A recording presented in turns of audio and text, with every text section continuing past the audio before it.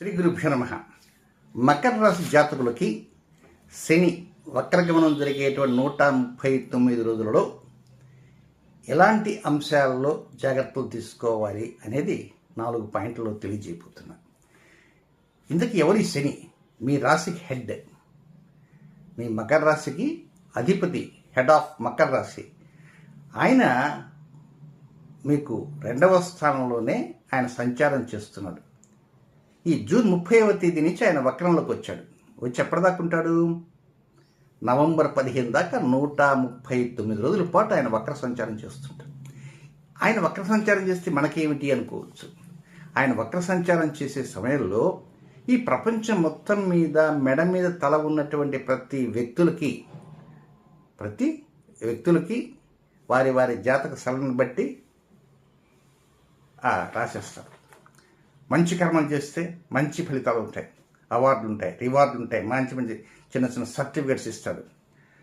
అలా కాకుండా ఏదైనా పాపకర్మలు, వ్యతిరేక పనులు చేస్తే శిక్షింపు చేస్తాడు, ఫైన్స్ వేస్తాడు. ఇది వారి డ్యూటీ.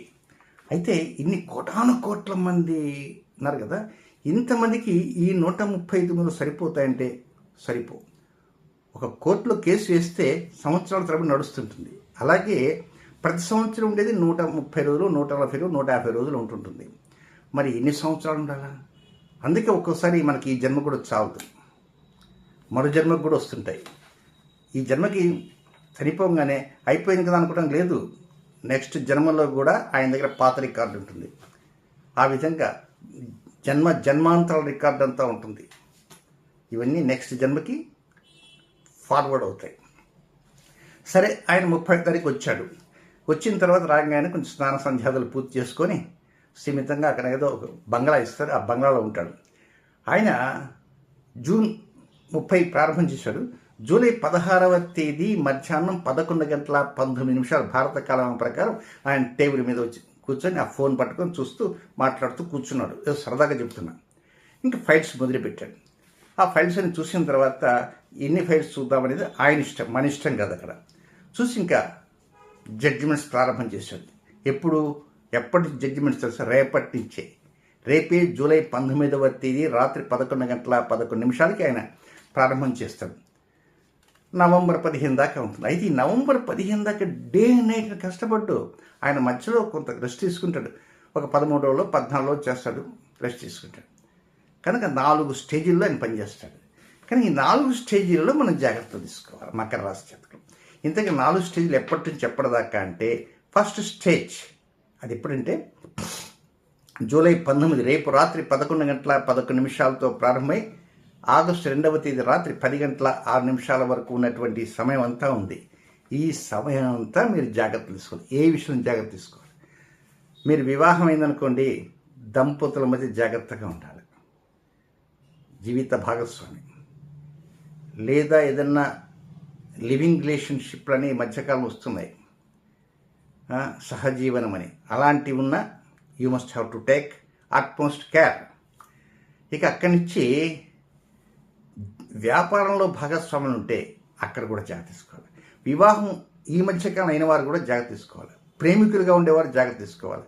వివాహం కోసంగా ఇంకా మ్యారేజ్ బ్యూరోలు అక్కడ ఇక్కడ చూస్తుండేవారు కూడా జాగ్రత్తలు తీసుకోవాలి. జాగ్రత్తలు ఏంటంటే ఎక్కడ మంచి ఉంది, ఎక్కడ చెడు ఉందని గమనించాలి. తొందరపడి హడావుడి కొనకూడదు. అయితే వివాహం చేసుకోవాలకండి, మేము వివాహం చేసుకున్నాము, ఆల్రెడీ అయిపోయింది, ఇప్పుడు సంతానం కలిగింది, మా వివాహం అయ్యి కూడా దాదాపు 30 ఏళ్ళు అయిందని. అయినప్పటికీ కూడా ఏమన్నా భార్యాభర్తల మధ్య చిన్న చిన్న గడబిడలు ఉండొచ్చు, లేక శ్రీమతి గారి ఆరోగ్యమైన సమస్య ఉండొచ్చు, లేక శ్రీవారికి ఉండొచ్చు, లేదా మీరు ఉద్యోగం చేస్తున్నారు, డబ్బులు సంపాదిస్తున్నారు, ఏదైనా ఉన్న పరంగా ఆరోగ్య విషయాలు మనం శ్రద్ధ తీసుకోవాలా, లేకపోతే వాహనం మీద జాగ్రత్త తీసుకోవాలా.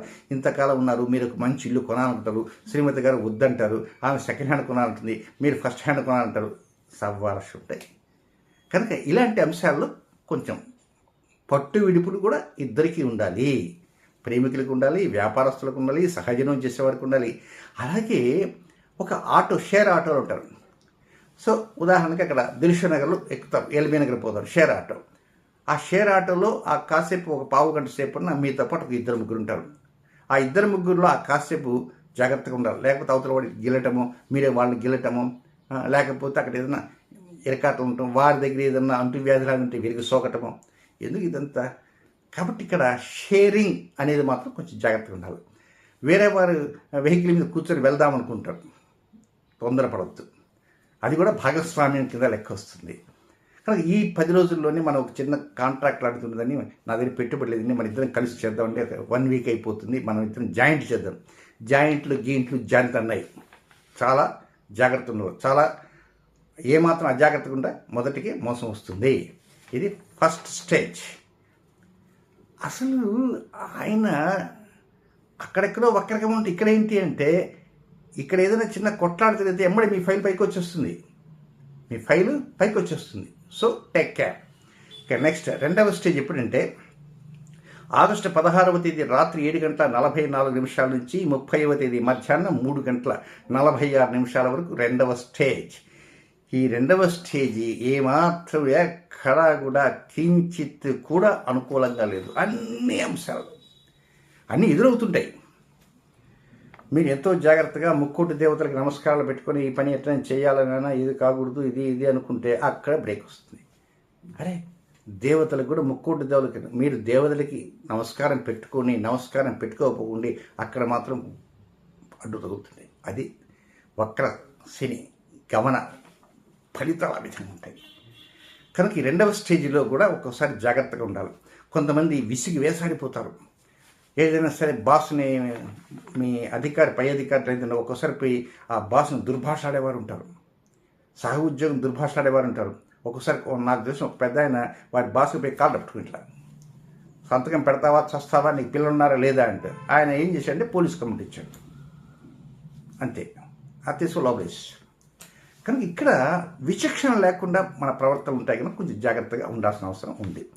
నెక్స్ట్ మూడవ స్టేజ్ ఎప్పుడు అంటే, సెప్టెంబర్ 13వ తేదీ ఉదయం 9:35 నుంచి సెప్టెంబర్ 26వ తేదీ అర్ధరాత్రి వరకు ఉన్నటువంటి ఈ సమయం వచ్చేసి, ఇది కూడా కంచుకోటలాగా ఉండేది కూడా అది ఇనపకోట అయి కూర్చుంటుంది. కొంత అజాగ్రత్తలుగా ఉంటాయి. ప్రతి విషయంలో తండ్రితో ఒక్కోసారి పేచీలు పడే అవకాశాలు ఉంటాయి. తండ్రితో పాటు కానీ తండ్రి చిన్నాన్న కానీ పెదనాన్న కానీ మేనత్తలు కానీ, లేకపోతే ఏదో మనకు అదృష్టం రెడీగా ఉంది, మన భూమి అమ్మాలనుకున్నాం, అంతమంది లేదు, బేరం వచ్చింది, అదృష్టం వచ్చింది అనుకుంటారు. ఇంకంతా రెడీగా ఇంకా రేపమ్మాపు వచ్చి అడ్వాన్స్ ఇస్తారనుకుంటారు. సడన్గా వాడు వెనక దక్కుతారు. అబ్బా గడప దాకా వచ్చి అదృష్టం పోయింది అనుకుంటారు. కొంతమంది ఏదో ఫ్లాట్స్ అమ్మాలనో లేదా ఇంకోదో చేద్దాం, లేదా కొంతమందికి రావాల్సిన డబ్బు వారి ఫ్లాట్ మీరు ఎవరికన్నా డబ్బు ఇచ్చింటారు, ఆ డబ్బు వారు ఈ టైంలో ఇద్దాం అనుకుంటారు.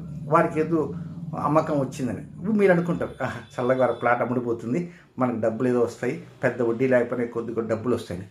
ఆ ప్లాట్ త్వరగా అమ్మితేనే డబ్బులు కదా మీకు వచ్చేది, ఆ ప్లాటే వెనక్కి దక్కుతుంది. అప్పుడు ఏమవుతుంది, ఇది నోట వీలేసుకోవాలి. కనుక ఈ విధంగా ఉంటుంది. ఇక నాలుగవ స్టేజీ అక్టోబర్ నెల 23వ తేదీ రాత్రి 12:40 నుంచి నవంబర్ 6వ తేదీ ఉదయం 8:47 వరకు. ఇది కూడా లైఫ్ అడ్మినిస్ట్రేషన్ సంబంధించింది. లైఫ్ అడ్మినిస్ట్రేషన్ అంటే ఏమిటి? నిద్రలోచి దంతధావనం దగ్గర నుంచి రాత్రి పడుకోకపోతే అంత లైఫ్ అడ్మినిస్ట్రేషన్. టైం టేబుల్, ఈరోజు ఇన్ని గంటలకు ఈ పని, అన్ని గంటలకు ఆ పని, 9 గంటలకు కలెక్టర్ గారిని కలవాలా, లేకపోతే మధ్యాహ్నం 3 గంటలకు ఫలానా ఆఫీస్కి వెళ్ళాలా, సాయంత్రం ఇక్కడ ఉంది, అంత మనం టైం టేబుల్ వేసుకుంటాం కదా. కొంతమంది అయితే టైం టేబుల్ వేసుకోరనుకో, అప్పటికి ఏదో ఒక పని మొదలు పెడుతుంటారు. ఇంట్లో ఏదైనా సామాన్ అయిపోయింది, ప్రొవిజన్ షాప్ వెళ్దామంటారు. వెళ్ళాలంటే అక్కడ వెళ్ళడానికి ఏదో ప్రాబ్లం రావచ్చు. ఒక్కోసారి పెట్రోల్ తీసుకుందాం ఉంటారు, పెట్రోల్ బంకులు బంద్ అంటారు. కనుక ఇలాంటివి ఎన్నో ఉంటాయి. లేదా చేతిలో డబ్బులు కావాలి, ఏటీఎంలో డబ్బు ఉండదు, కట్టుకుంది డబ్బు కూడా దగ్గర పెట్టుకోవాలి. కనుక అడ్మినిస్ట్రేషన్ అనేది అక్కడ కొంచెం వ్యతిరేకంగా ఉంటుంది. అన్ని అంశాల్లో వాహన అమ్మకాలు, కొనుగోళ్ళు, గృహ కొనుగోళ్ళు, గృహ అమ్మకాలు, పెళ్లి చూపులు చూడటం కానీ, పెళ్లి చూపు నిర్ణయం చూసిన తర్వాత నిర్ణయాలు జరగటం కానీ, ముహూర్తాలు పెట్టుకోవడం కానీ, ఏదో ఒకటి కాదండి, శుభాశుభాలన్నీ దీంట్లో వచ్చేస్తాయి. అవేనా టైంకి అనుకున్నట్టు జరిగితే పీస్ఫుల్గా అంతా జరిగిపోతుంది. అనుకున్నట్టుగా జరుగుతుంది అనుకున్న టైంలో ఏదో ఒక అడ్డం వస్తే ఏమవుతుంది, మొదటికి మోసం వస్తుంది. కనుక ఇది 4వ స్టేజీ. కానీ ఈ 4 స్టేజ్లో జాగ్రత్తలు తీసుకోవాలి. మరి ఏం చెయ్యాలా? అందుకే లలితా త్రిశతికి సంబంధించినటువంటి హ్రీం బీజాక్షర నామాలంటూ ఒక 60 నామాలు ఉన్నాయి. అది కామేశ్వరుల యొక్క తత్వానికి సంబంధించినటువంటి హ్రీం బీజాక్షరం, భువనేశ్వరి బీజం అంటారు. అది ప్రణతి టెలివిజన్ యూట్యూబ్ ఛానల్లో పైన మెనూ బార్ ఉంటుంది, అందులో కమ్యూనిటీ అని ఉంటుంది. వీడియోస్, షార్ట్స్, ప్లేలిస్టు, లైవ్, అట్లా కమ్యూనిటీ ఉంటుంది. అది క్లిక్ చేస్తే కొంచెం వెనక్కి వెళ్తే 10-15 రోజులు వెనక్కి వెళ్ళారంటే అక్కడ మీకు శని వక్రగమన సందర్భంగా పఠించవలసినటువంటి హ్రీం బీజాక్షర నామాలు 60 ఉంటాయి. చక్కగా వాటిని పఠించడానికి ప్రయత్నం చేయండి. ఇకపోతే అసలైన మరొక విషయం ఉంది. అదేమిటంటే ఈ సంవత్సరం అక్టోబర్ 2వ తేదీ, ఆ రోజు భాద్రపద అమావాస్య, మహాలయ అమావాస్య అంటారు. ఆ రోజు గాంధీ జయంతి, బుధవారం, పబ్లిక్ హాలిడే. ఆ రోజున ఖగోళంలో కంకణాకారంగా ఉండేటువంటి సంపూర్ణ సూర్యగ్రహణం జరుగుతుంది. ఇది భారతదేశంలో కనపడదు, నో ప్రాబ్లం, దానికోసం వరి వద్దు. అయితే ఆ సూర్యుడికి గ్రహణము ఎక్కడ పడుతుందంటే కన్యా రాశిలో పడుతున్నది. ఆ కన్యా రాశి అనేది మీకు 9వ స్థానం, భాగ్యస్థానం. సరే, ఎక్కడ పడితేనే కేతుగ్రస్తంగా పడుతుంది.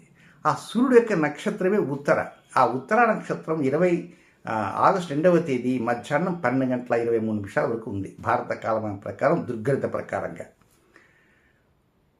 కనుక ఆ సూర్యుడే శనికి ప్రత్యర్థి, ఆ సూర్యుడే జగద్రక్షకుడు. కనుక మీ మకర రాశి జాతకులు ఏం చేయాలంటే అక్టోబర్ 2వ తేదీన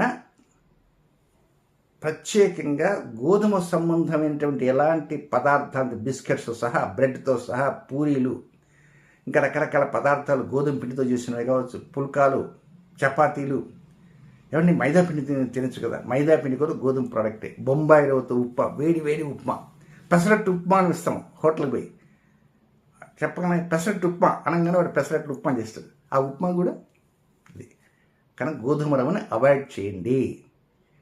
కొంతవరకు మీకు శ్రేయస్కరంగా, అనుకూలంగా అవకాశాలు వచ్చి ఆ శనిగ్రహ చక్కటి అనుగ్రహం కలగటానికి అవకాశం వస్తుందనేటువంటి దాంట్లో ఎలాంటి సందేహం లేదు. సో బెటర్ టు అవాయిడ్ గోధుమ పిండి మాత్రం ఆ ఒక్కరోజు సుమ, తర్వాత కమ్మగా తినేసేయండి, ఇబ్బంది లేదు. శుభం.